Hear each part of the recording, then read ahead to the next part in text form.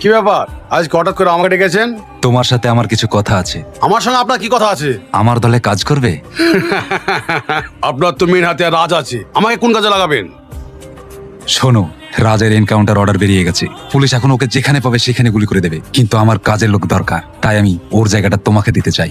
আমি যদি আপনার দলে কাজ করি, রাজ কি সেটা মেনে নেবে? ওর মানা না মানায় আমার কোনো যায় আসে না। ও যে এতদিন বেঁচে আছে সেটা আমার দয়ায়। আমার হাত যখনই ওর মাথা থেকে উঠে যাবে ও খালাস হয়ে যাবে।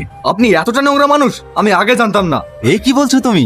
আমি আবার কি করলাম? আমি আপনাকে বাবার মতো ভেবেছিলাম, আর শেষ পর্যন্ত আপনি আমাকে পেছন থেকে ছুরি মারছেন। আরে শান্ত হও রাজ, বাচ্চা ছেলের মতো কথা বলো না। বিশ্বাসঘাতক, বেঈমান, তোকে আমি দেখে নেব। ভাই, আপনার সাথে আমাদের কিছু কথা আছে। বলো। আমরা আর এই কাজ করবো না, এই কাজ ছেড়ে দেবো। তোদের মাথা ঠিক আছে? হ্যাঁ ভাই, কাউকে মেরে কাউকে লুট করে আমরা ইনকাম করতে চাই না। আজকের পর থেকে আমরা মুনিশ খেটে খাবো, তবু আমরা এই কাজ করব না। আমার মুখের উপরে কথা তোরা বলবি আর আমি তোদেরকে ছেড়ে দেবো? শোন, এই কাজে ঢোকা খুব সহজ, কিন্তু বেরোনো অত সহজ না। যা এখান থেকে।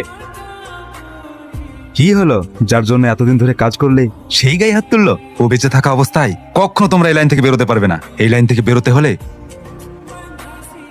কি ব্যাপার, আপনি আমাদেরকে এখানে ডাকলেন কেন? কাল একটা ডিল আছে, সেই ব্যাপারে কথা বলার জন্য ডাকা হয়েছে। আপনাকে তো আমরা আগেই বলেছি আমরা আর কাজ করবো না। কিন্তু এমএলএ সাহেবকে মারলি কেন? ওই হচ্ছে সমস্ত প্ল্যানের মাস্টার মাইন্ড।